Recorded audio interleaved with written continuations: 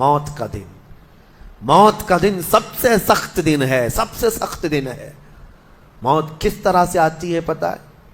فرمایا گیا جیسے ریشم کے کپڑے کو کانٹوں کی جھاڑی پر ڈال دو اور کپڑا کھینچو، کپڑے کے تار تار نکلتے جائیں گے۔ فرمایا گیا ملک الموت روح نکالنے کے لیے جب آتے ہیں تو اسی طرح سے روح نکالتے رہتے ہیں، انگلیوں سے، پیروں کی، ہاتھوں کی انگلیوں سے، ناخنوں سے روح نکلتی نکلتی آتی ہے، ایک ایک جوڑ سے روح نکلتی ہے، یہاں تک کہ ناک تک اس کو کھینچ کر کے لایا جاتا ہے۔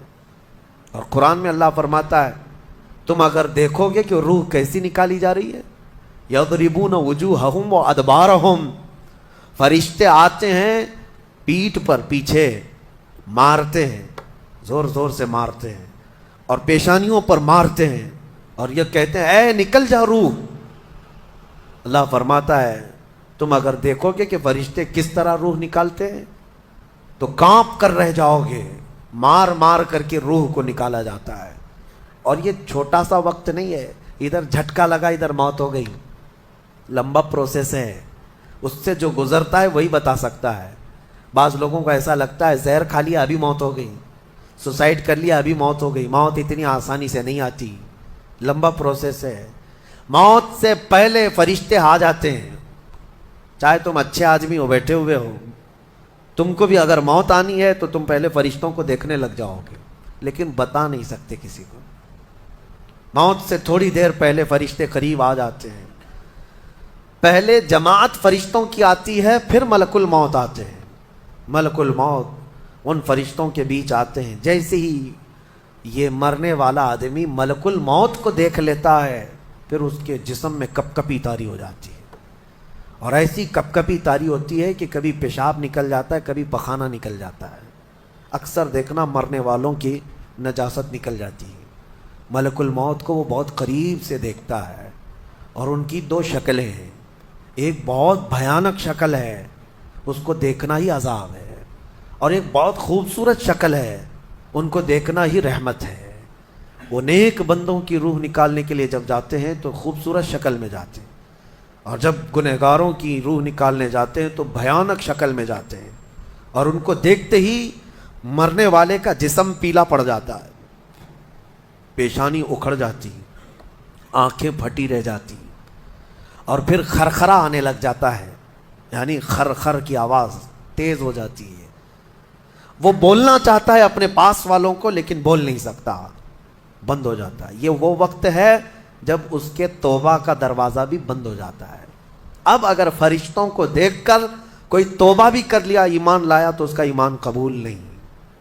اس وقت سے پہلے پہلے تک جو بھی ایمان لایا یا توبہ کیا اس کی توبہ قبول ہے، لیکن موت کا خرخرا آ گیا اور فرشتوں کو دیکھ لیا، اس کے بعد بہت سارے کافر بھی پکاریں گے کہ ہم ایمان لاتے ہیں اللہ پر، نہیں، اب ایمان قبول نہیں ہوگا۔ موت اتنی آسانی سے نہیں آتی، اس کا پروسیس ہے۔ فرشتے آتے ہیں، ملک الموت آتے ہیں، پھر اس کے بعد اس کو گھور کر دیکھتے ہیں، پھر اس کو چت لٹا دیا جاتا ہے، یا جس حالت میں بھی ہے وہ گر جاتا ہے، کھڑا ہے تو گرتا ہے، بیٹھا ہے تو گرتا ہے، موت آنے سے پہلے لڑک جاتا ہے۔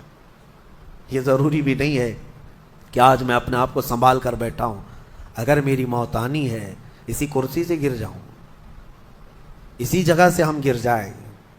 اور اس کے بعد ملک الموت روح کھینچنا شروع کرتے ہیں، پیروں کے ناخنوں سے لے کر، ہاتھوں کے ناخنوں سے لے کر، اس کے جسم کے ہر حصے سے لے کر ناک تک کھینچتے ہوئے لاتے ہیں، اور اس کے بعد جب پوری روح نکل جاتی ہے وہ لے کر کے چلتے رہتے ہیں، اور مردہ ان کو جاتے ہوئے دیکھتا رہتا ہے۔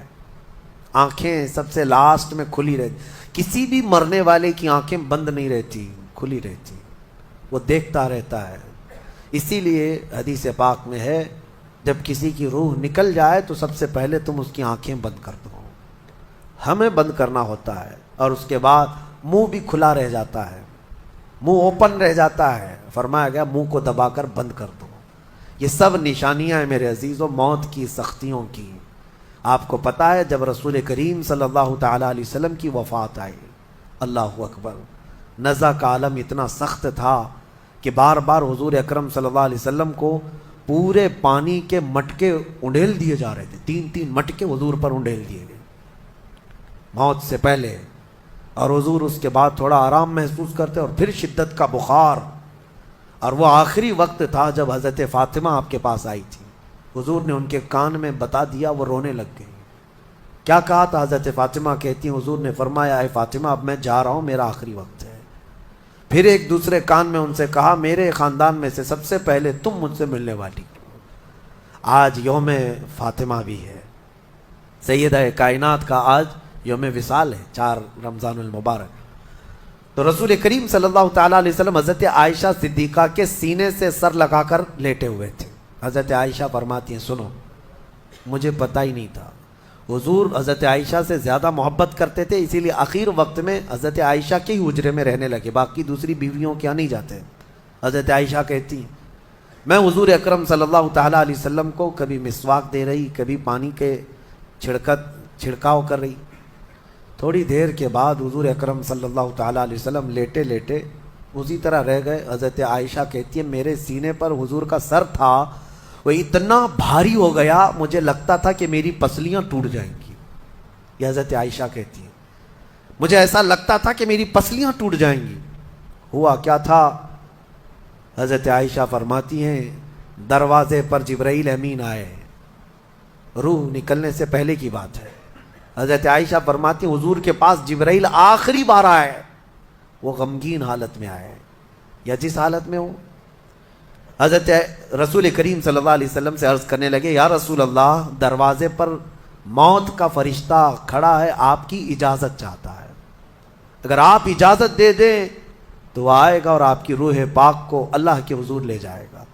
اور یا رسول اللہ آج سے پہلے اس فرشتے نے کسی سے اجازت نہیں لی اور قیامت تک کسی کی روح نکالنے کے لیے وہ اجازت لے گا بھی نہیں.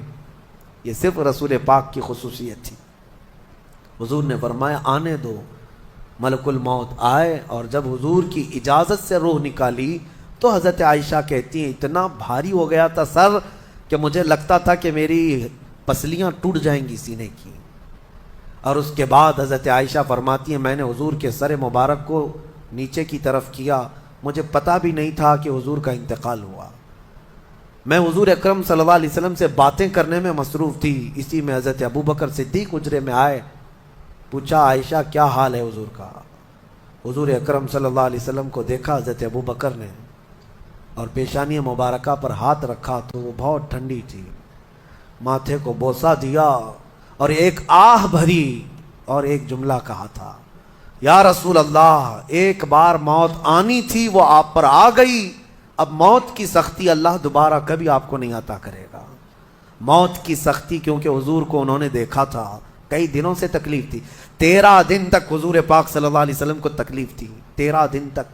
حضرت ابو بکر کہتے ہیں یا رسول اللہ اب موت کی سختی دوبارہ کبھی نہیں آئے گی، جو اللہ کا وعدہ تھا وہ پورا ہو گیا.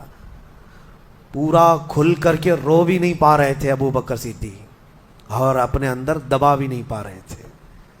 موت کی سختی انہوں نے دیکھا اور اس کے بعد کہا اے عائشہ کیا دیکھ رہی ہو، اللہ کے رسول ہم سے رخصت ہو چکے. پھر انہوں نے آ کر مسجد میں اعلان کیا اے لوگو اللہ کے نبی کا انتقال ہو چکا. اب مجھے یہاں یہ بتانا ہے اگر موت سے کوئی بچ سکتا تھا تو سب سے پہلا نمبر تو رسول اللہ کا ہونا چاہیے تھا، کیونکہ اللہ کے سب سے محبوب نبی وہی ہیں.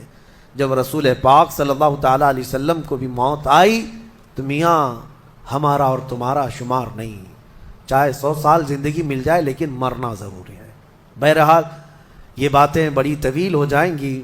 موت کا تذکرہ اس لیے بھی میں زیادہ کرتا ہوں کہ حدیث پاک میں ہے مومنوں کو یہ تذکرہ کرو تاکہ ان کو گناہوں سے نفرت پیدا ہو جائے اور آخرت کے سفر کی تیاری وہ شروع کریں.